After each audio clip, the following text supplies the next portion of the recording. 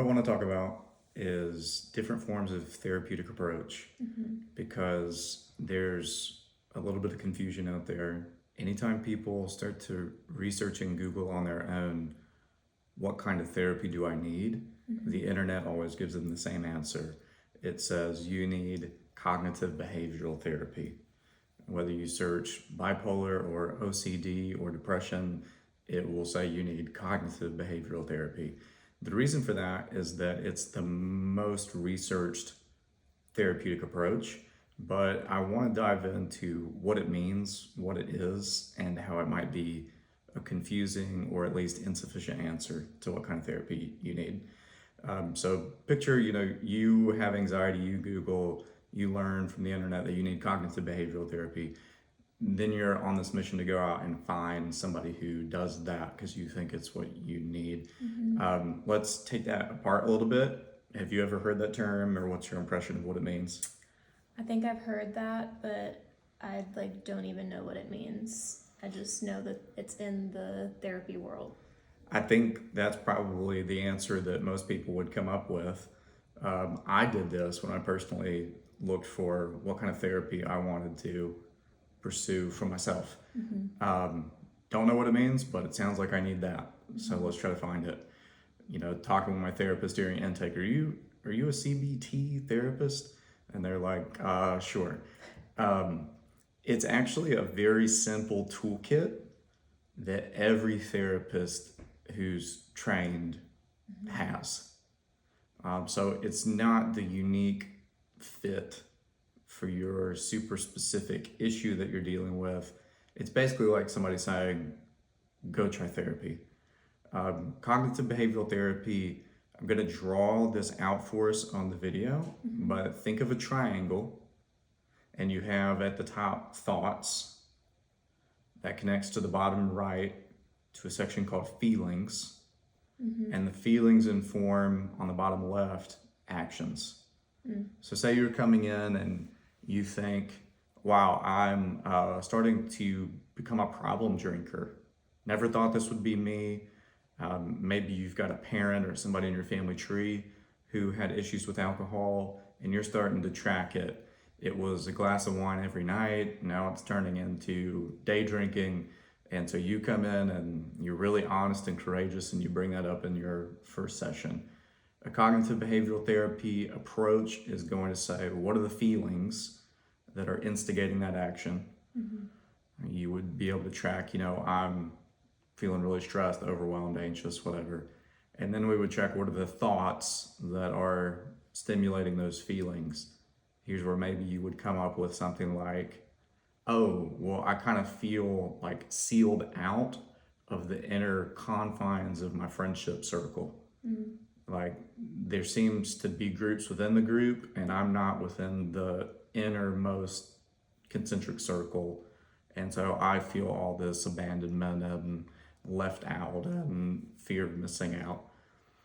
Okay, well, what we would do in CBT is look at a list of cognitive distortions to sort of put that thought in court and interrogate it.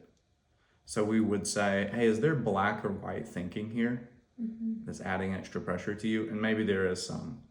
Like I'm either defining a friendship as the closest that somebody has, completely mutual and reciprocal, or it's abandonment. And there's a lot of gray area in between that.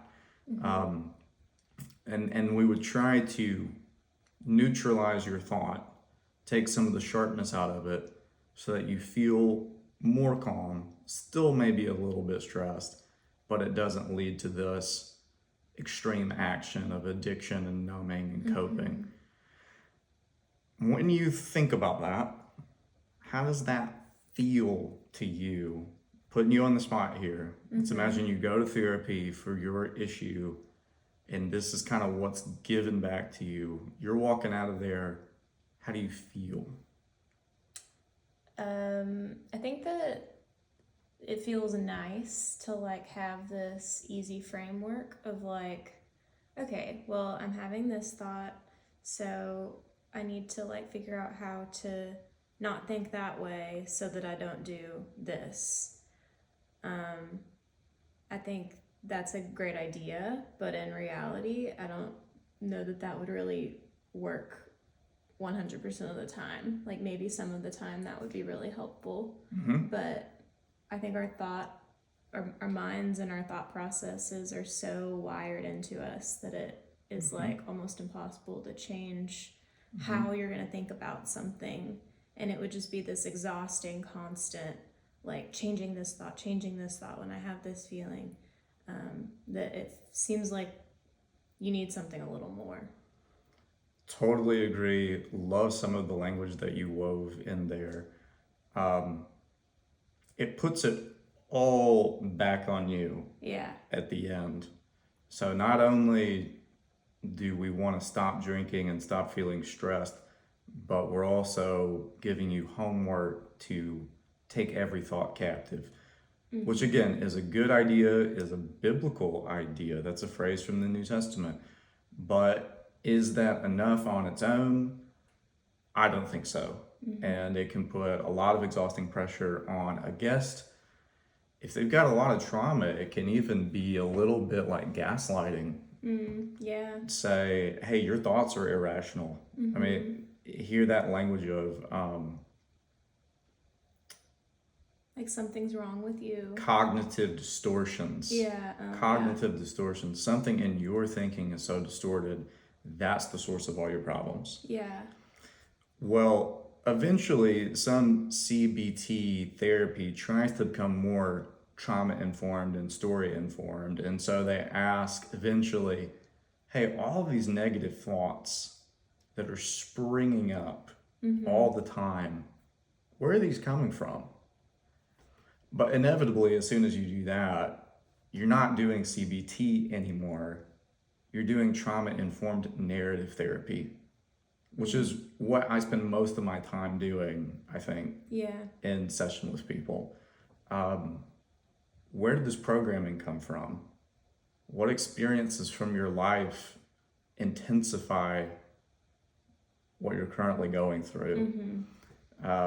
We start to take some of the pressure off of you and retell your story with yourself as the main character. We recast you as the main character in your own story, perhaps for the first time. Yeah, interesting. I think that's a great way of putting it too, because I think sometimes people are hesitant to like get into their trauma and their background because maybe they think that they've moved on from it or whatever it is. But when you put it like, I'm having all of this anxiety and depression and these thoughts and these feelings relating to these thoughts, why is that happening? Then it's like, well, we have to go back to like, how is your brain wired? What happened to you? So I feel like it makes it more of like this helpful thing of like, how can I move forwards from these thoughts and make a way forwards out of that way of thinking. You have to go back to go forwards.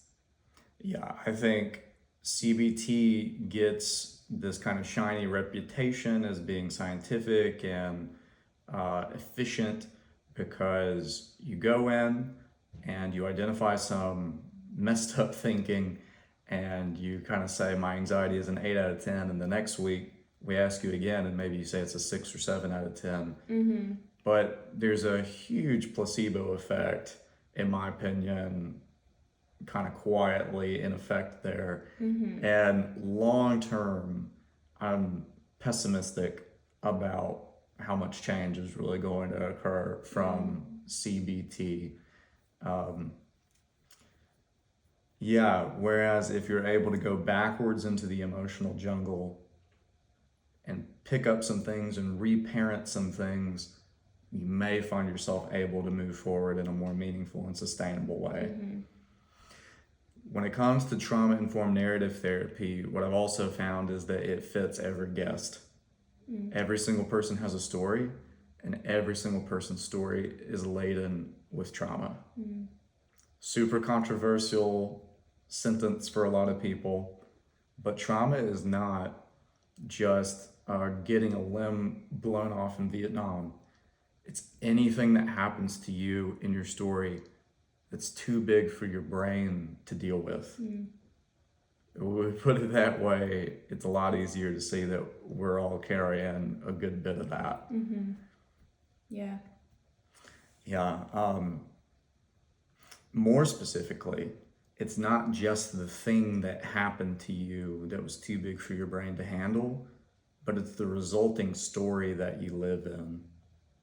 So, for example, if somebody came in with church hurt, Yeah. let's say, maybe their mentor in a religious setting told them that they might not be saved, okay, because their behavior is inconsistent and erratic, and they really need to check themselves and look in the mirror because this could be a salvation issue.